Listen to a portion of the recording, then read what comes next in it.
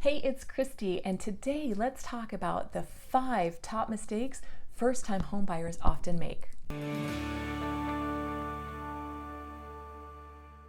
Hey, thanks so much for joining me for another episode. Today let's talk about the top 5 mistakes that I've experienced my first-time homebuyers trying to make, so I want to share it with you so you can avoid it. First and foremost, I see first-time homebuyers fall in love with the home before they fall in love with the payment. So what do I mean by that? Instead of getting pre-approved first and knowing what price point they should be shopping at, how much cash to close, which is made up of your down payment and your closing costs, and a comfortable payment to maintain a lifestyle that still brings lots of joy and helps you accomplish those things that you want to have in your life. Instead of that, a lot of first-time homebuyers will walk into an open house of a beautiful home and fall in love with the property. Next thing I know, they're calling saying, I need to get pre-approved because I have to make an offer on this home. And it turns out that payment is either stretching them way too far or they don't qualify for it. But here's an interesting thing that has happened.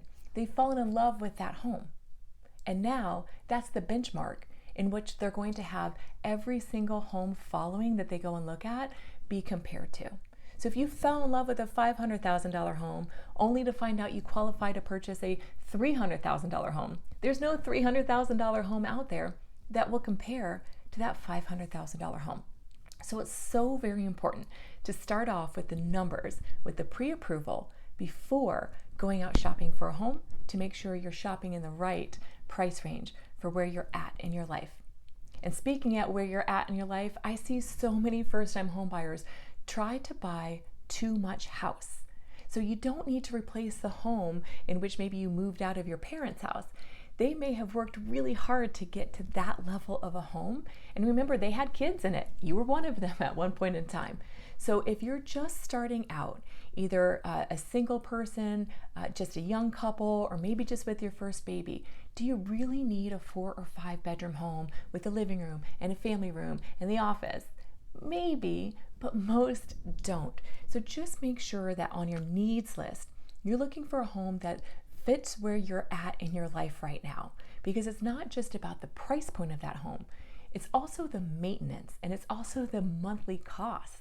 Would you agree that your electric bill might be a little bit higher on a home that has 2,500 square feet to air condition and heat than a house that has, say, 1,600 square feet? So if you don't need to worry about school zones yet, you don't need to fill 5 bedrooms quite yet, just know that first-time home buyers tend to sell in the first 3 to 5 years of their first home ownership. So maybe your next home has all of that extra space and those extra bedrooms that you'll be able to now fill properly.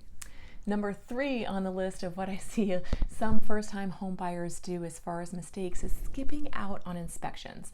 Now I know you would never skip out on a home inspection. You need to hire a professional, not your dad because at one time in his life he'd owned some homes or flipped it or was a general contractor.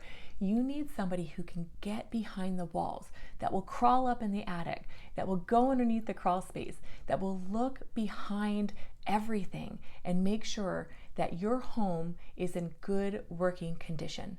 You're paying a professional to tell you everything that's wrong with this property.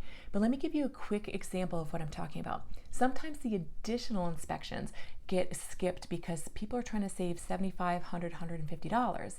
I live in the state of Florida. I think it's really wise to have a termite inspection to know if there is any evidence of prior termites and what kind, and if there's any damage that needs to be remedied because of prior or even active termites. Another thing is I had a past client that bought a home, it was on septic, and didn't want to spend a couple $100s to have the septic tank and drain field inspected and then that septic tank pumped out.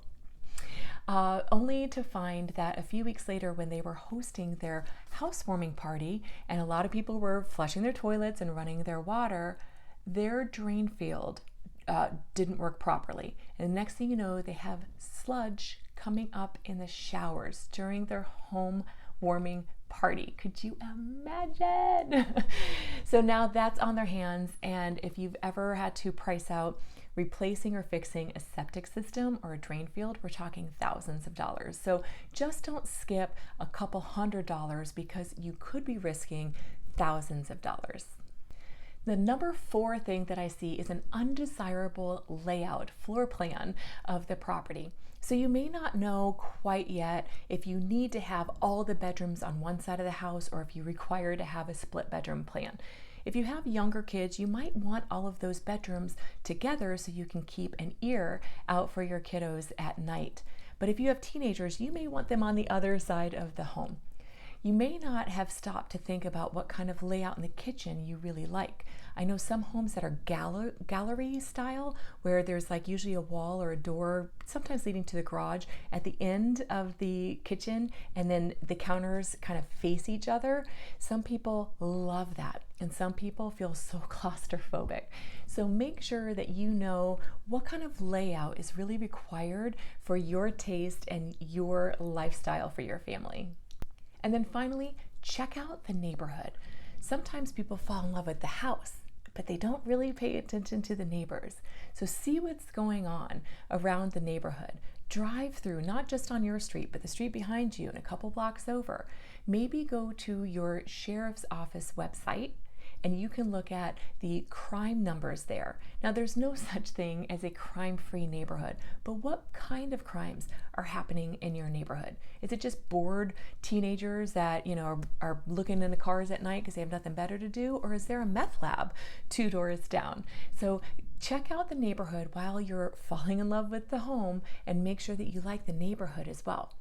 Go through the neighborhood at different times of day and night. What does the neighborhood sound like and look like at 9 o'clock at night and maybe at 2 o'clock in the afternoon? But don't have, goggles on when it comes to the neighborhood just because you love the home. Fall in love with the neighborhood too. And remember that all of this, all of your buying and all of your searching for a home, it's all emotion driven. And as much as we'd like to believe that we are rational and logical beings, when you are shopping for something like your home, because home is where the heart is, right? You will become an illogical, irrational, emotional being. So just know that going into it, that you need to try to keep your emotions in check and just stop and pause and say, am I making an emotionally based decision, or is this a wise, financially wise, fiscally wise decision on this home? And to stop and ask yourself that question as you're looking at properties, and hopefully that will help eliminate making some costly mistakes that afterwards you went, oh yeah, I fell in love with that amazing bathroom, but everything else about the house I don't love. You see what I mean. I wish you so much fun on this journey of shopping for and buying your first home. If I can be of service to you, please reach out. Feel free to write something in the comments, or you can connect with me at Credit Christy on YouTube and Instagram, LinkedIn, and TikTok. I thank you for watching.